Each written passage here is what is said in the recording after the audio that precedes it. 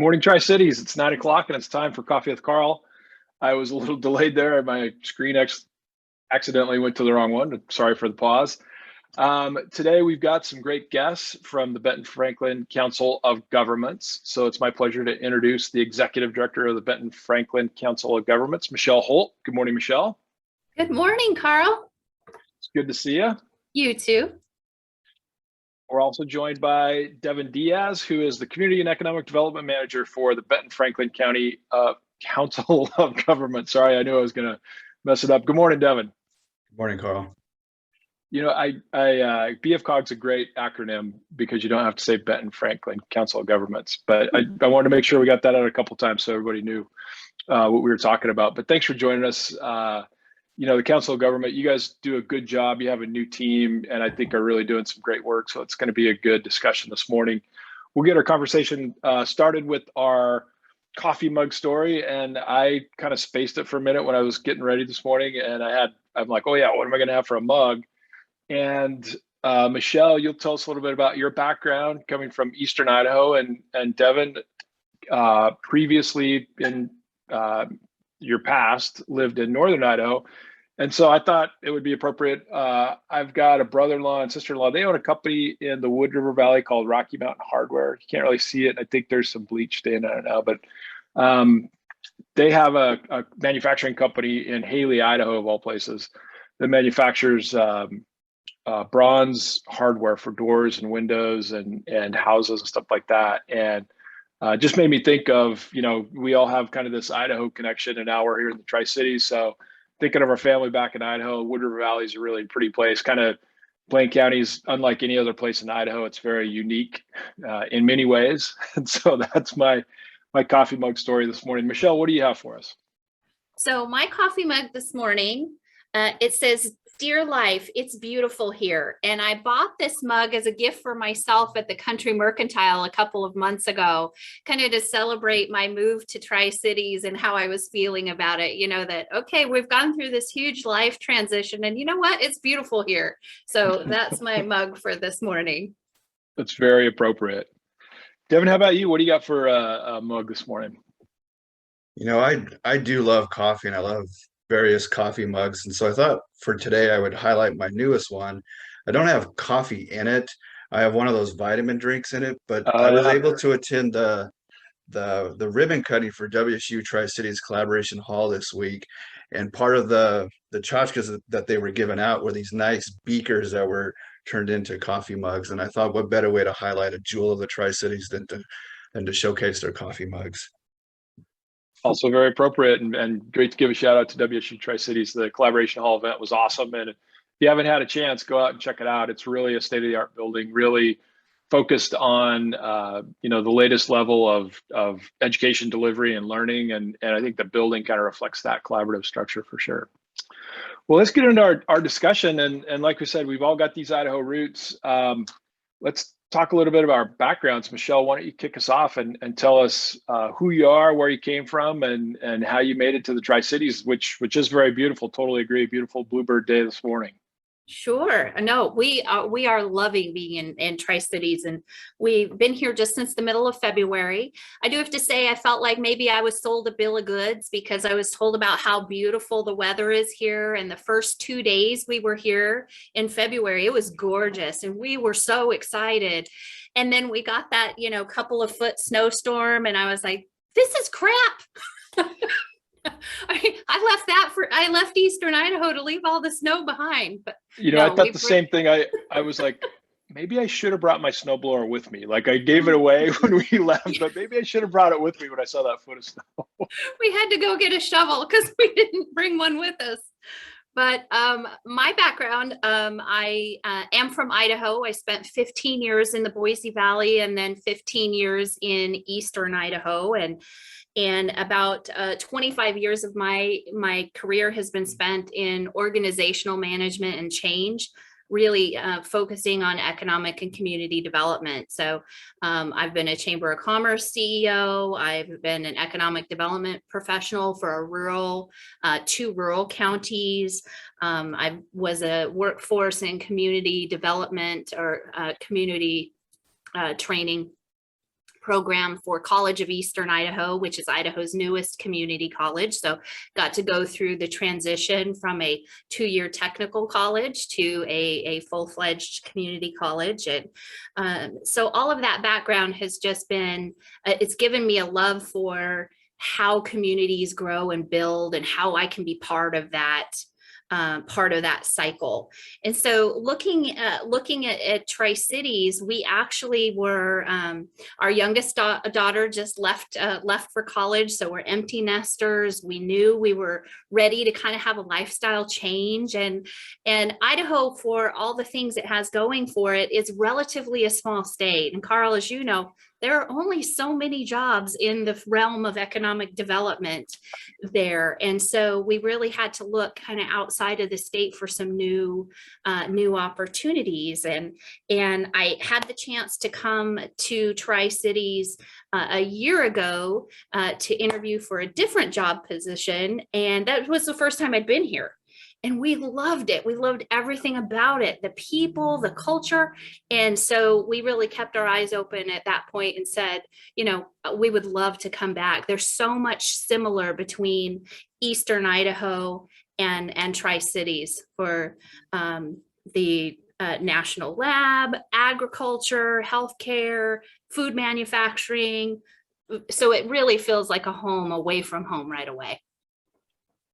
I totally agree. And I think it's interesting. We were just talking with company yesterday, and one of the gentlemen we were talking to was leaving the Tri-Cities. He'd been here for a while and you know, worked at a nuclear related industry. He was literally on his way to Idaho Falls, where he was, you know, taking a transfer within his company, taking on a new job in Idaho Falls. And so, you know, you're not alone in this kind of transition back and forth. And then I think it's great having you here, Michelle, for so many different reasons. But I think one of the things that we can all work on together is, you know, are there some things that we should have some regional focus between Tri-Cities and Idaho Falls?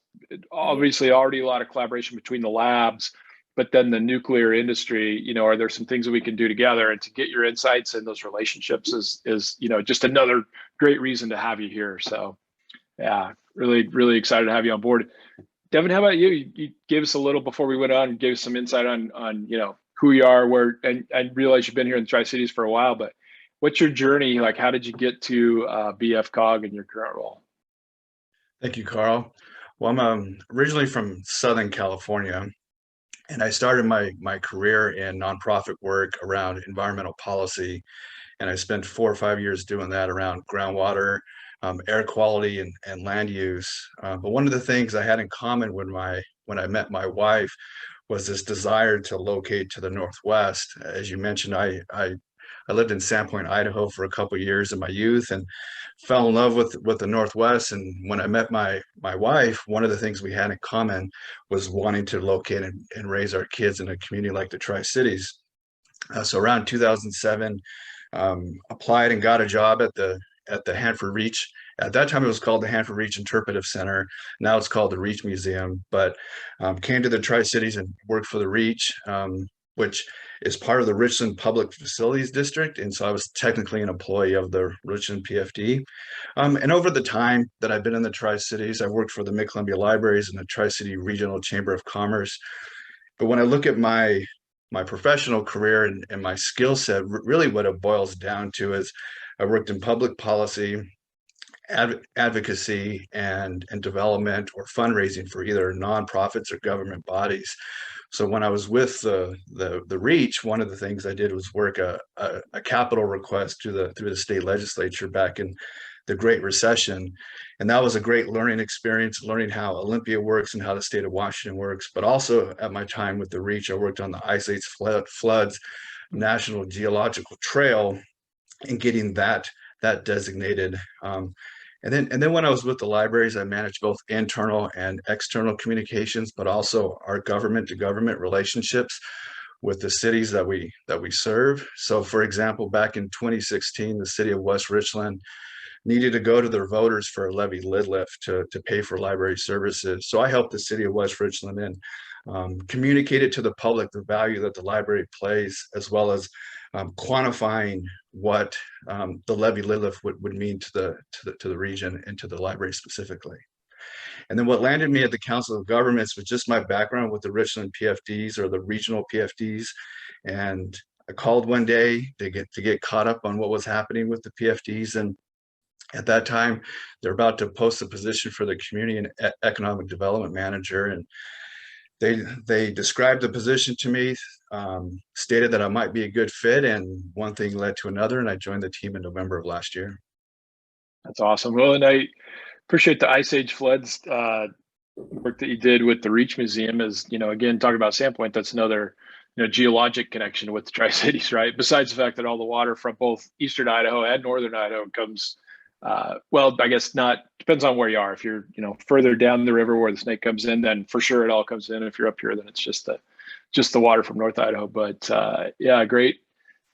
That's really, as you describe it, and we haven't had this conversation before, that's actually really good background and experience for what I understand your role to be with the COG and then the Economic Development District as well. But I think, for everybody's benefit, and I think that's one of the reasons we want to have you guys on here today is to kind of have you help the folks that are joining us on the webinar or on Facebook to understand, like, what is the Council of Government? What's your role? Where you guys taking it? I know that, I've been a part of some of these conversations, but Michelle, you want to kick us off on that? Just what is the Council of Governments? What's its role? And then maybe Davin, you can get into the Economic Development District a little bit and talk about the differences. Perfect. Tracy, if you'll throw the slides up for us. The Council of Governments is definitely, it's one of those organizations that exists and is working behind the scenes in the community. And yet, if you have not had a specific reason to interact with the COG, you probably have no idea what it is. People ask me all the time, well, who do you work for? I work for the Council of Governments. Oh, that sounds interesting. They have no idea. So really, what is BFCOG? So we were formed in 1965. We're a voluntary association of the counties of Benton and Franklin and the cities and special districts that exist within those two counties. For a couple of specific purposes. So there are 3 RCWs for the state that kind of give us our authority to exist.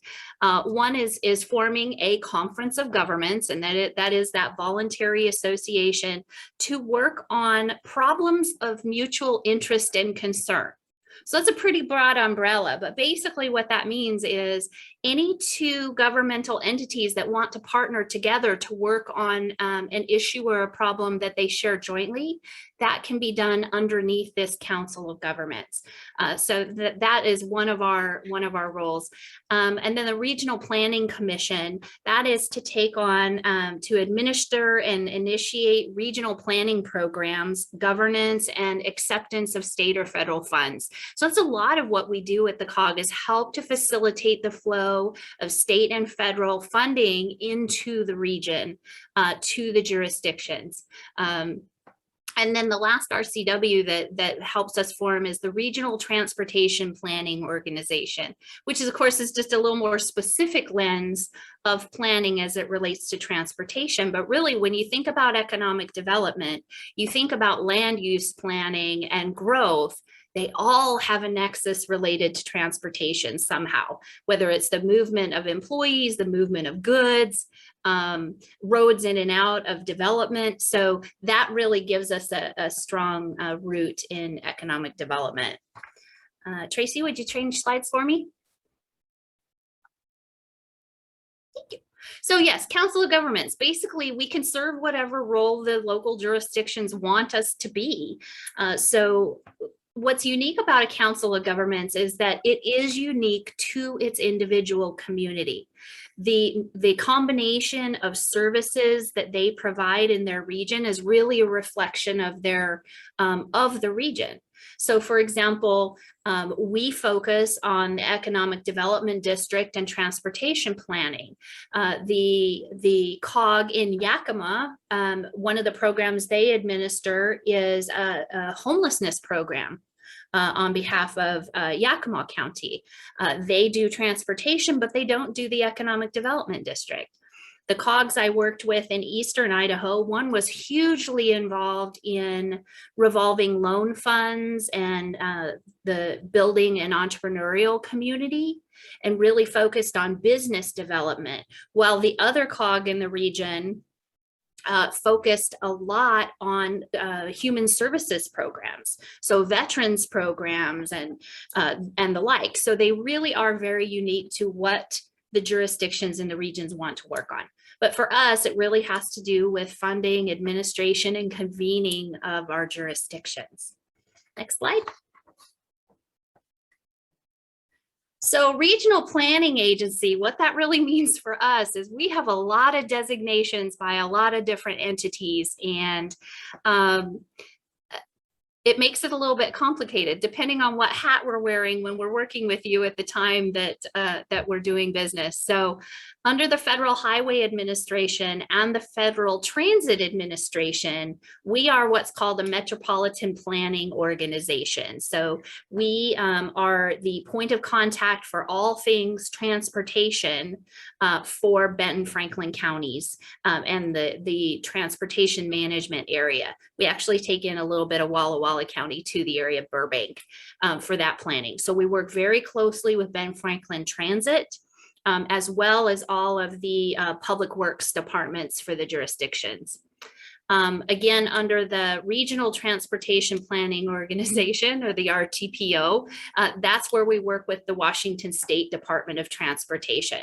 So those three entities together facilitate flows of roughly $5 million a year in direct funding to jurisdictions for special transportation projects, as well as planning activities where we do traffic counts and traffic demand modeling and mapping services and looking at equity issues in relation to transportation. So a lot of interesting activities on that side of the house. Then under the U.S. Department of Commerce, we are the Economic Development District. So we work with the EDA, or the Economic Development Administration, around grant funding. We have a regional revolving loan fund. So we give loans to folks who are working to grow and expand their businesses in the region. And last, a new partnership for us is the EPA, the Environmental Protection Agency, and the Washington Department of Ecology. We've been awarded a $600,000 grant to assess brownfield sites in Benton-Franklin County. So we'll do phase 1, phase 2, materials studies on sites in order to help us redevelop underutilized properties across the two county area to help spur growth. So regional planning involves a lot of different hats. But the next slide really kind of sums it up for us, is that, you know, the BFCOG, we find solutions for shared regional problems. We convene local governments to collaboratively plan, fund, and administer solutions to shared community needs. And I think that's the simplest way to sum it up for what we do. That's great. Oh, there we go. Before we move on to this one, I had one question for you, Michelle. Yeah. On planning, just to be clear, I think you explained it, but it doesn't include land use planning regionally, right? It's really more those areas that you broke out related to specific, you know, federal or state. So it can include land use planning. BFCOG hasn't been involved in that as deeply as some of the other MPOs or planning organizations have. Yeah. But on the transportation side, for example, the counties have their Growth Management Act plans, and there is a specific transportation element to that planning. And so as the MPO, we have to review and certify those Growth Management Act plans to certify the transportation elements of those plans. And then when you look at the Economic Development District and look at the question of equity and service, more and more federal funding, state funding programs, and just a general social shift that's happening across the country has really brought the issue of equity to the forefront. Under transportation, we have always developed what's called a Title VI plan that looks at equity issues as it relates to access to transportation. And we also are expanding that focus then to make sure that our activities in the Economic Development District continue to focus on that. So brownfields, for example, is a great place where you look at that land use planning. It really is a marriage between transportation, equity, redevelopment, in that kind of a program. Thanks. I just, a lot of times when we say planning, people automatically think like it's land use planning that is pretty specific to each jurisdiction as you've described. And so I just wanted to differentiate that, not making the case to take something else on by any means, but I think it does bring up an interesting point, because I think for a couple different reasons, there might be in the future some reasons to convene on land use planning, some more regional approach, realizing all the jurisdictions work together, especially if county and a city share a boundary or something. There's probably code provisions where they have to do that, like in growth management, like you say, but where we got the two counties, sometime in the future, I think, especially with the kind of growth that we're having. So I don't want to take away from what you guys are going to talk about. It just made me remember. And again, we have these ongoing conversations about, what things do we work on together, and how can we, complement each other and combine our resources to do more. So just wanted to clarify that one really quick. Yeah. Now, I think that was a slide we were going to go back to before I interrupted. Davin's going to tell us about the Economic Development District. Thank you, Karl. You bet. So the Economic Development District, can you go to the next slide, please? Come on. So the Economic Development District encompasses both Benton and Franklin County, and we have a grant to the Economic Development Administration to form the EDD and to craft a comprehensive economic development strategy. And the comprehensive economic development strategy should be exactly that. It should look at a holistic view of the Tri-Cities and look at the various clusters that really drive our economy here, but also identify needs both in programs, both in funding, but also in infrastructure, and to assess the needs and to craft a plan or a strategy to move the economy forward within the region. Why I like this slide is that in addition to showing the Economic Development District, it also shows that we cover Walla Walla County and Columbia County with some of our loan programs. And we have a number of them either funded through the Economic Development Administration or through the USDA. But we like to work with our small businesses who are looking for maybe that gap financing, where they have some commercial financing from a traditional lender, but looking for that little bit of a bridge to take them to the next level. And that's where the Council of Governments could step in and hopefully fill that need. And so again, you can see we serve both Walla Walla County and Columbia County, in addition to Benton and Franklin counties. Next slide, please. So while I like this slide, in this paragraph in particular, the second paragraph that states, the problems facing this region's local communities cannot be effectively solved within a single city or county. Such problems require cooperative action by all local governments within the region. The function of the Benton-Franklin Council of Governments is to facilitate a cooperative approach to regional problem solving and to implement the SEDS through the actions of the Benton-Franklin Economic Development District. Why I like this slide, and as I think about my role at the Council of Governments, is that community aspect. You see this young couple, they're out hiking, they're enjoying the natural resources here in the Tri-Cities. And as you know, Karl, that economic development isn't just simply infrastructure and industry, it's really quality of life. And those are the aspects that really grow the community, grow industry. And I think this slide or this image encapsulates that. And this photo was provided by Visit Tri-Cities and Michael Nabakovich, and they do such a great job over at Visit Tri-Cities. What I also like about this slide is this young couple, and you think about our demographics and you think about the rate in which we're growing here in the Tri-Cities. We're a fairly young population. We have a large Latinx population, and where the comprehensive economic development strategy plugs into all those aspects is recognizing the needs and driving and moving us forward. Next slide, please. So why the SEDS is important? Within the industry or within the federal government, they have this term around economic resiliency, which is a nice or a fancy way of saying diversification of our economy, but also looking at ways that we can look at different aspects and needs of jobs. And we're take the pandemic, for example. When the pandemic hit the Tri-Cities, communities of color were disproportionately impacted. So the resiliency aspect of the SEDS is both to look at diversification of the economy, but also looking at ways that we can level the field for the diverse communities in our region.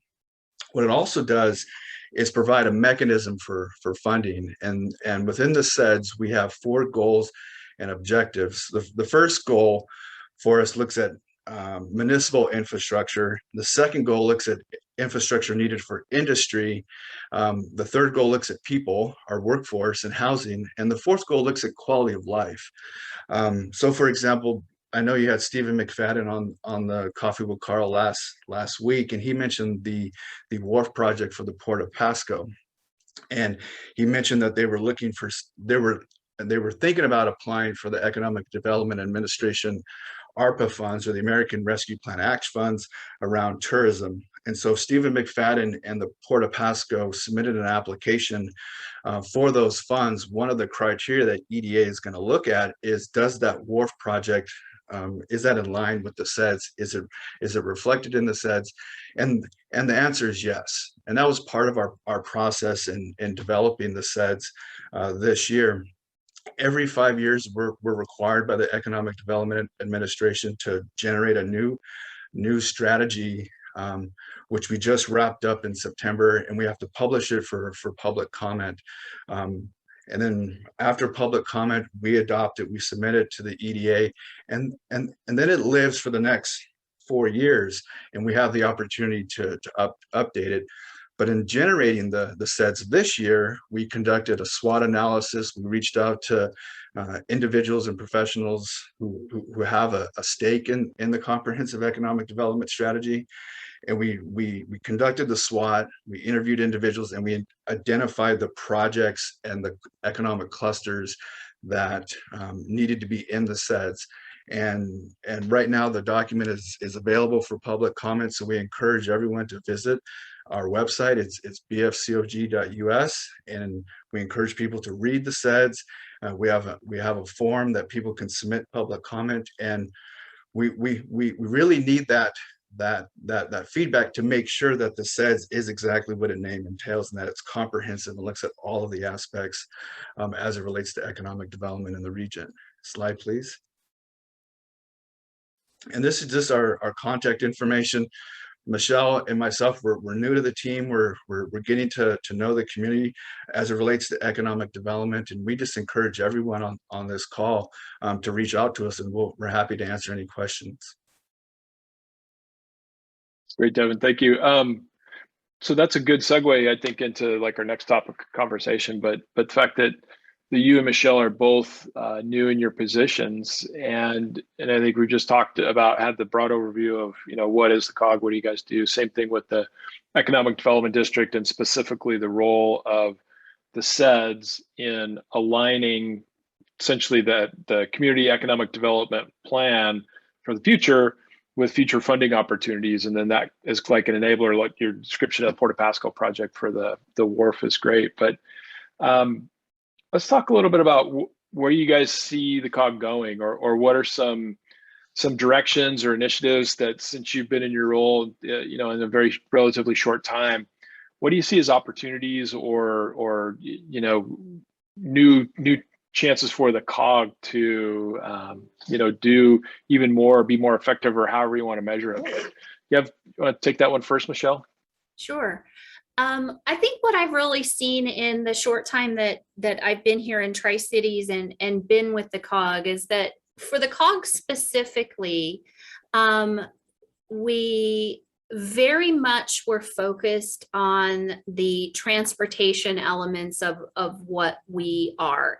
And as the Economic Development District, we focused on giving the revolving loan fund program and making loans.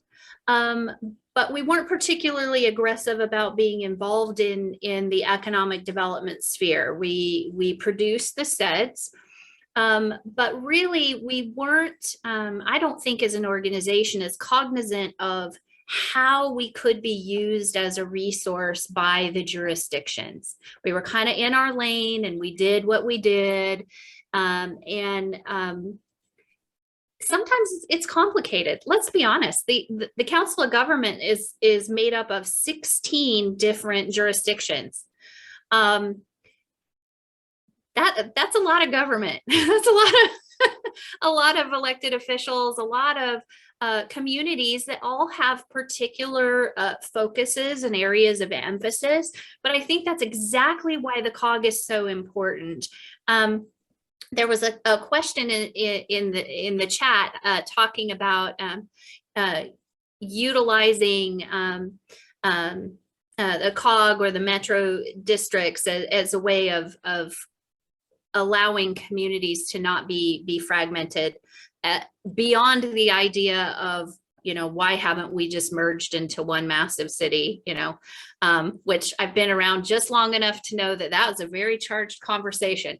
But for the COG, I think that's exactly right. It really is an organization whose sole purpose is the ability to convene the jurisdictions to have those regional conversations. So I'll use the example of rail. Rail is one of one example of a utility that crosses all jurisdictions, and there are positives and negatives to the rail lines. If you're the Port of Benton and the city of Richland, rail coming through the region is really supporting economic growth and transit of goods in the Horn Rapids area. If you're city of Kennewick, that's all well and good, but you've got trains coming through the middle of your town that's kind of fragmenting your town. And that's so what the benefit of one might cause challenges for another. And so the ability for the COG to, again, not saying we're taking on that issue as a starting place, but it's a great example of how jurisdictions sometimes have different challenges related to something that could be inherently positive in general to economic growth. So how can we have those good conversations? That's really what I see the future of the COG is really improving our relationship with the jurisdictions and having those forums for those conversations. And then if the COG has an opportunity to either help with the assistance of accessing state or federal funds, or administering a program, or something else that comes out of those conversations, great. Sometimes those conversations are going to lead to activities that individual jurisdictions take on. Maybe it's something that TRIDEC works on. Maybe it's something that the Workforce Development Council works on, or the regional chamber, or somebody else. But ultimately, that's really where I see the future of the COG. That's great. I think we'll go to Davin next, but I was just going to say on the rail transportation example, to convene that conversation, to have the dialogue between the cities and how rail impacts them either positively or negatively, but then even transition into maybe a role for the economic development district and possibly the SEDS, right? So, right. So could there be a future funding opportunity that looks at rail transportation enhancements and, maybe deals with some of the at-grade crossings at Kennewick or Pasco or, something like that again, there might be a solution that comes out of this relationship between the economic development district and the COG. So you have the conversation maybe in one, like in your example, then the other economic development district kicks in with maybe that, future funding or solution phase or something, if you will. And that, I think that's a great example of what the opportunity is. Not that it would work, not that everybody would agree, but Right. That's a great, I think for all of us, like we got to see like okay, I'm doing this thing that I'm doing now. Why is there a reason to change what I'm doing? And to show an example like that at least gives people a better idea of like, oh, okay, that's cool. I can see that. Davin, how about the EDD? What do you see as opportunities? And I really appreciate your description of the SEDS, because I've lived and worked on, in two different communities with different kind of analogies to Council of Governments back in Idaho, and worked through multiple SEDS process. And I think the way that you've done this one, I'll just say, has been the best one that I've worked at. And even your explanation, like I've worked on them in the past, but I didn't really understand that connection in between. Like, you got to have the SEDS, you got to have your projects on the SEDS to qualify for EDA funding down the road. But what do you see as opportunities that the Economic Development District or using the SEDS and working on the SEDS in the future can kind of lead to some different outcomes for us? Thank you, Karl. Well, I think for me, it all boils down to relationships. Michelle mentioned the Council of Governments in our body there, or governing body, and we have representation from all the cities and ports and counties. But in addition to that, within the Economic Development District, we have individuals, eight seats from the private industry. And Karl, as you know, you sit on that body. And so where I see opportunity for the Economic Development District moving forward is to work closer with industry to identify needs, and to establish stronger relationships throughout the community, so that both, and this is where the COG fits in, is where Michelle and I and others can connect people, connect different jurisdictions, but also connect different industries. So using rail as an example, we're working with all the various parties, both in the city of Richland and Port of Bend, Port of Pasco, Port of Kennewick, city of Kennewick, et cetera. And the Council of Governments can really be that glue that ties everyone together. That's great. Let's see, we talked about the SEDS. Is there anything else you want to say about the SEDS? Davin, I know you gave the run through on the slides, but just like the process goals or outcomes, any other examples that you see coming out of that? I think the WARF example was a good one, but is there anything else in that kind of prioritized list that came out of the SEDS that you could share with us, just to give us some examples of some future projects might come down the road? That's a great question. Michelle's given a great overview of our departments within the Council of Governments, both transportation and also economic development. And transportation over the years has done an amazing job. We have an amazing team within transportation. And as we developed the SEDS this year, electric vehicles and the infrastructure associated with electric vehicles was identified as a need for the community, and the Council of Governments, with our strong transportation background, could step up and fill that need. So again, I encourage people watching at home or in the office to visit our website and to look at the SEDS. And once you go and look at the SEDS, you'll see within Goal 1, Objective 1.1 is to develop an electric vehicle infrastructure plan. And it kind of goes back to the overarching goal of the Council of Governments throughout the years. VITA, which is a program through Energy Northwest, they've been tackling this aspect. MCEI through TRIDEC, you have a transportation subcommittee within that. So there's various parties working on electric vehicles and the infrastructure needed, and where the Council of Governments could step in and really tie all these pieces together to develop a robust EV plan for the region moving forward. That's awesome. No, that's a great example. And I think, just like we said before, to give examples just helps everybody understand, like, okay, I get what you're talking about, but what does that look like? And I think both of those are really good examples. I think, it was great to hear both your backgrounds, and you guys have definitely got a lot of experience actually in your role. And that's, convening, working with different parties, doing that. It kind of in similar sense, I always think of different jobs I've done as analogous to this episode of Gilligan's Island.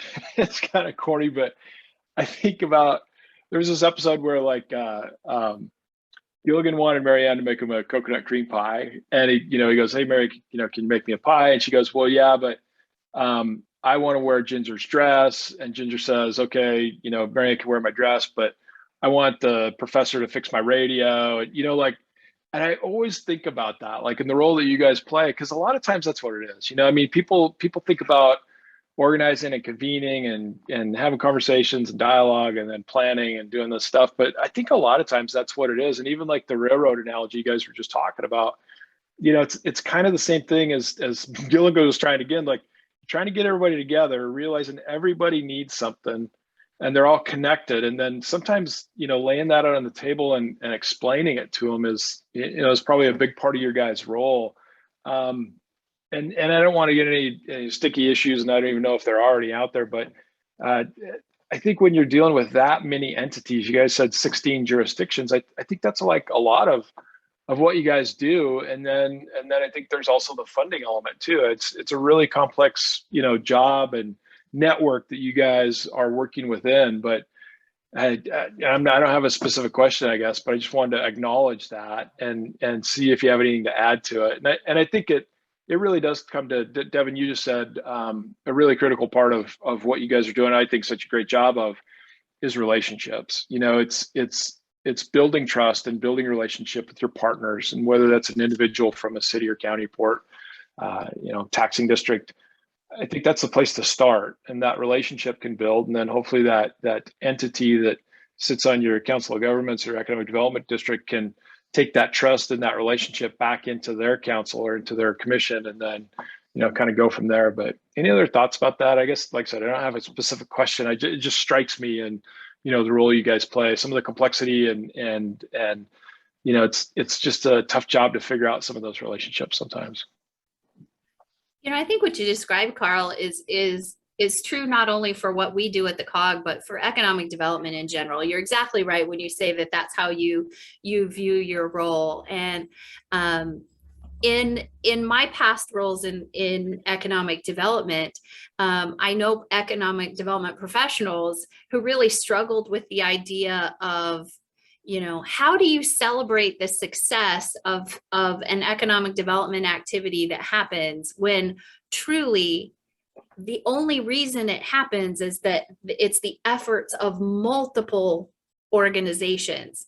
Your economic development entity, whether it's the COG or TRIDEC, or they might have been the convener to bring people to the table, but ultimately for it to happen, all the dominoes have to align up just perfectly for a deal to happen, or a grant to happen, or a project to happen. And oftentimes that seed planting is years prior to something actually coming to fruition. And I've known some economic developers that felt a little guilty, like, I feel bad, like trying to take credit and say, yay, we did this. But there really is something very important about the seed planting at the beginning, the convening and bringing people to the table to even have the conversation or even consider the possibility. And I think that's really what both of our organizations are trying to do. In the relationship having piece, I think a challenge that we have as the COG, because we have been very much in a lane for a long time, is the questions that inherently come up about, well, whose role is what when it comes to economic development? The ecosystem of economic development has a lot of players. And there are going to be times when TRIDEC is working on something and the COG is working on something, and either one of them could have been the starting point. There are other places where there's very clearly a lane. Working directly with business is clearly TRIDEC's lane. Working with the jurisdictions directly on a funding opportunity is clearly COG's lane. But there are going to be examples like workforce housing. We use that as example. City of Pasco, it has been working on the challenges of workforce housing. Well, workforce housing, it's a jurisdictional infrastructure issue. It's a direct business impact issue. It relates to jobs and growth and redevelopment. So lots of those players are going to be involved in that conversation.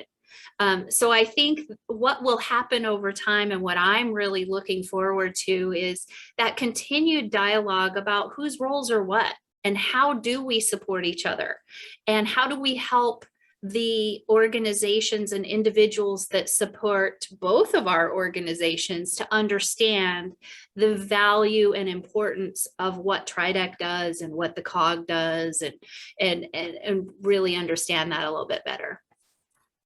It's really well said. I think that's a great description. Davin, anything to add about that? And again, both of you guys have had a lot of experience doing, essentially the same type of function, if you will, in different roles in different organizations. But anything to add or insights into that process, and things you focus on when you're going out and working on, whether it's the SEDS or other projects?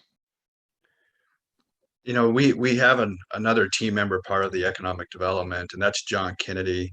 And a couple days ago, we were speaking at the Tri-Cities Hispanic Chamber of Commerce, and he used a description for the SEDS that I really liked, and that it has aspirational goals for the community.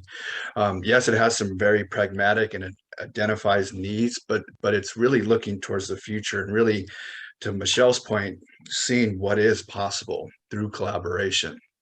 And that's what I enjoy about the SEDS, is that there's an opportunity to tackle the issues currently, but also to think about where we can go as a community to really make this a better place to live, work, and play.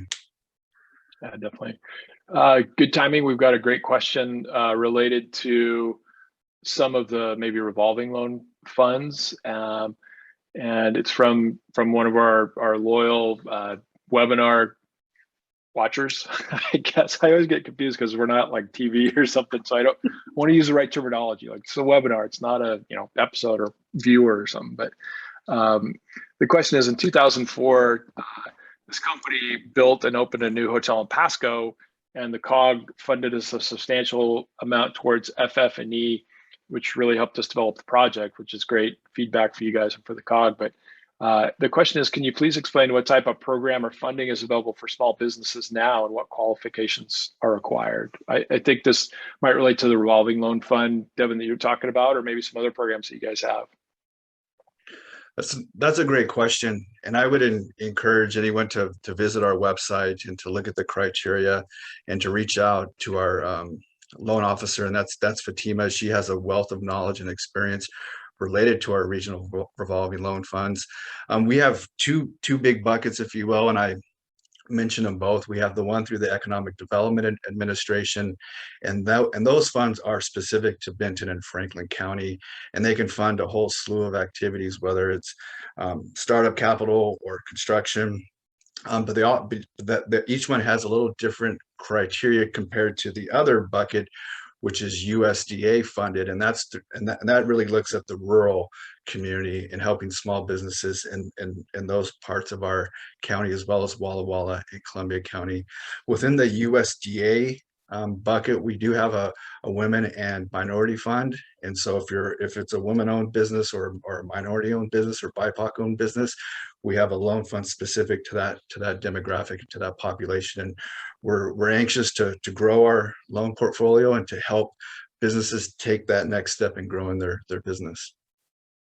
That's great. I think I know the answer to this, but I'll just throw it out there with different federal funding that's come down as COVID relief, from CARES to ARPA and stuff. Do you guys have any dedicated funds maybe that are focused that the COG manages for small business, or is it more related to like recovery efforts, future grants that might connect to impacts from COVID or something? Do you guys, where are you on that kind of funding? We did receive 2 CARES grants in June of last year. One was specific to economic resiliency and flushing that out for the bi-county region, both in looking at the SEDS and diversification of our economy, but also looking at what is our emergency response in the future around economic recovery. And so that's one of our tasks currently, is to craft that plan moving forward. Now, it's not now that grant is specific to the Council of Governments. It's not a grant where we administer funds and allocate those to small businesses. The other CARES funding is through the RRLF. And that created a revolving loan fund that we're currently managing. But to answer your question, if I understand it correctly, we do not provide grants through the CARES funding. Okay. Yeah, just wanted to, in case anybody's curious about that. I mean, it's something everybody's been through. We were all very involved last year, and I think we've all been very complimentary of our community of the Tri-Cities, which we all do love. But I think an amazing thing as we've come through COVID, even with the challenges now with the Delta variant and the huge impact on hospitals, which is very concerning, is that our economy actually grew through COVID. Our workforce participation rate increased, the size of our workforce increased, very, very good indicators on the health of our economy, even with COVID. To your point, Davin, I know that's part of what the EDD does, is that disaster planning, whether it's a pandemic, a natural disaster, an economic disaster, some of those things. But I think it's really great. And so much of that is, historically, like in the last recession, I've been told, I wasn't here, that, the stimulus package at that time, some specific money came and helped both some of the Hanford cleanup and even PNL, and that kind of economic boost helped us even our economy out. So we didn't feel the last recession as much as we did in other areas. But I think this one, although federal funding still is such an important part of our base and such a critical part of our economy, it feels like this one was more balanced by other parts of our economy, like agriculture, food production, some manufacturing, some of the things that have been diversifying over the years. And it's just such a good reflection on that for that. So we've got about 7 minutes. And I think, Michelle, you talked about this a little bit more, but I wanted to maybe round out our conversation on this and talk about things that we could work on together from TriDec. And I think you did a really good job of explaining economic development, which is always kind of out there, and I've kind of described it different ways over the years. I think ultimately it's, whatever your organization is, economic development is what your team, your staff develops in concert with your board as the definition and what your role is in with it. Because we all talk about it, and we share the building obviously with Regional Chamber of Commerce and Visit Tri-Cities, who are both economic development agencies in their own right. And to your point about lanes, we all have specifically what we do, and then we're always looking for ways that we can complement each other, just like TriDec and the COG. But and Michelle, this goes back into some of your experience directly at Eastern Idaho, but workforce development. Obviously, we have an excellent workforce development council that we all collaborate with and work, and they do great work. But these projects that are coming on in Pasco, and with the announcement last week of the Amazon warehouses, and you look in the next 2 years, we're probably going to need about kind of 2,000 new workers in kind of this cross-sectional entry-level skill level position that, a warehouse job, a logistics job, transportation, and then food processing kind of cross over. They're kind of, introductory skill levels that they could be trained for a specific job. It's going to be a lot of competition, a shortage of that. You talked about workforce housing a little bit, but then workforce development in general. And I think there's so many things that we could work on, not just our two organizations, but collaboratively with all of our partners out there to address workforce development. I don't know if you have any thoughts or ideas on that, about maybe some things that we can do, and just the uniqueness of our size and the industries represented here in the Tri-Cities. I think we have this really unique opportunity. But any thoughts or ideas you want to share with us on that topic, Michelle? I think the one that comes to mind for me, and it's not necessarily, this is one that's not necessarily in the COG's wheelhouse, other than perhaps in support of just general convening, but a very, very underutilized tool for employee recruitment and growth really is the utilization of oh man, the word just escaped me. Okay. Apprenticeships. Thank you. Apprenticeships.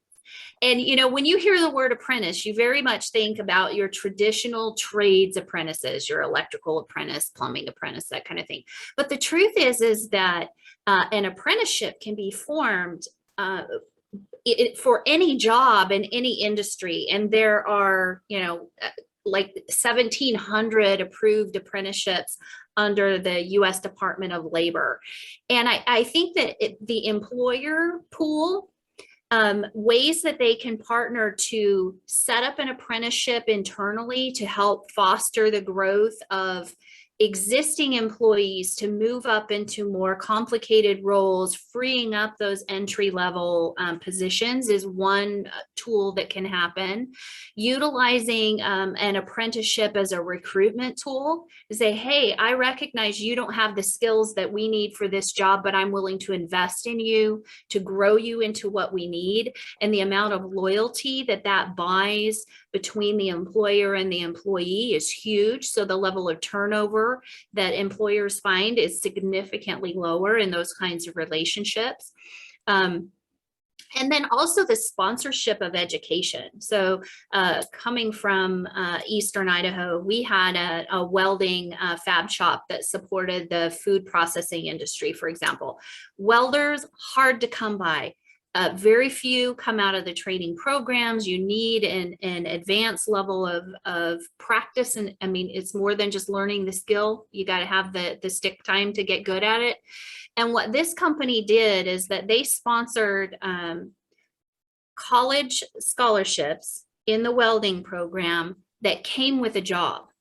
And so they paid for the education, they paid for tools, that student got to work on breaks for school and during the summer part-time. And when they finished their full program, 100% guaranteed job at the end, as long as they met the requirements. And because they had been partially employed, they had 100% benefits from day one, because they'd already met the employment time frame for vacation and benefits. That employer had the pick of the welding students every single time, because of that small investment on the front end. So I think there's a lot of ways that employers and education and programs like the Workforce Development Council and the Department of Labor, or whomever for the state, could really help jumpstart workforce opportunities. Yeah, that's a great example. I think I really like that that case study. I think the other thing is, because we have 300,000 people here with our, just awesome high schools and K-12 systems. I think along with that and other ideas, it's something that we could start looking at is just getting kids in high school more aware of the jobs that are out there in the industries. I mean, that's what strikes me coming from different communities, is we have so many really, really good jobs and good employers that it's getting harder and harder to find that workforce. Well, we've got the kids in the public system. Can we set up a really rigorous tour system? Just show them what these jobs are, like raise that awareness and kind of incorporate it into some of the state standards that the high schools need to do. And ideas like that. We could probably talk all day, but I appreciate that idea, Michelle, and that was a good example. It's 10 o'clock, so we need to start wrapping it up. But I really appreciate both your guys' time today. We do have such a great partnership, and you guys both do, and the rest of your team do a great job representing our whole community as it comes in that convening and planning and all the things that you guys do together. But let's go some closing comments. Davin, you want to kick us off? Thank you, Karl, and thanks for having us with or joining you today at Coffee with Karl. Just closing comments, just want to encourage people to go to the Council of Governments website. There's a number of ways for the public to be involved. As I mentioned, the comprehensive economic development strategy is open for public comment, as well as one of our transportation plans called TIP. That's also available for public comments, and we encourage people to go there and read the documents, submit their comments. We welcome that input. And then lastly, we talked briefly about the revolving loan program. We're also soliciting and encouraging people from the community to apply and join our loan review committee. And we have 4 seats open, one that's dedicated to commercial lending, but also 3 that are for small business owners. So if you fit that criteria and want to serve the community and serve the Council of Governments, please visit our website and fill out the application. Thank you. Perfect. Thanks for joining us today, Davin. Michelle, do you have some closing comments for us? You know, I just appreciate having the opportunity to come and talk to you and your webinar followers about the COG and what we do in the region. It is important for us to help people understand this mysterious, you know, organization in the background and what we do. And I would just echo Davin's invitation to, you know, please visit our website, learn more about the planning activities that we do, and help us shape the future as far as those aspirational plans and goals, and how can we continue to support the growth and development of the region. That's great. Well, Michelle and Davin, thanks for your time this morning. We really appreciate the partnership that we have with you guys. You're doing a great job in both your new roles, and look forward to more work with you guys in the future. So thanks for joining us this morning. And for everybody on Zoom or on Facebook, have a great weekend. Thank you. Thank you.